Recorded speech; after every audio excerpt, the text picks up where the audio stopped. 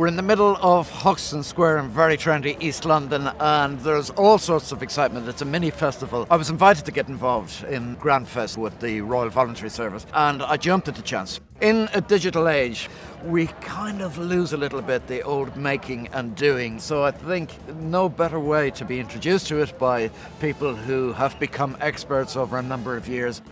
We call them people with amazing craft skills, right to the hippest part of London, to say, actually, let's show you what older people can do. And if you think crochet and wood turning and jam making is trendy, well, these guys have been doing it for 30, 40, 50 years. My own philosophy is to help others. And while I'm still healthy and able, I really want to do this. And now I run a lunch club in my village, and using my skills obviously in cooking, which is great.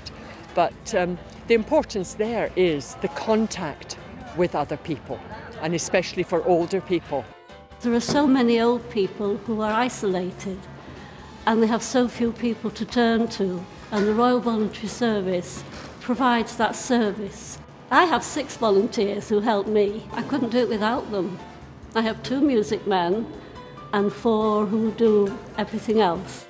The skills that we teach today in this masterclass and others are for people to learn them and start utilising them in the way they want to do it. Otherwise, it will just be forgotten. There is an upsurge at the moment with Sewing Bee, the Bake Off, of people trying to get back to the basics. It's almost as if we've got a complicated life and we're now trying to get back to basics. My parents' generation from 60s upwards, I think it's good to be able to actually be active and get out and do something, give back to the community maybe as well. I do a bit of volunteering, yeah. It's something that's really important to the community, and without it there'd be lots of services lost. There's a history and a knowledge that really needs to be passed on, and if it isn't, it's totally lost.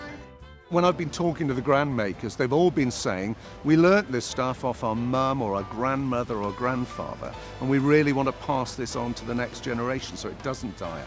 So volunteering is a way for people to kind of give something back, but also build their own social connections and build their connections to their community. So it has all sorts of benefits. And meanwhile, that volunteering supports 100,000 older people to stay independent in their own homes, which is great.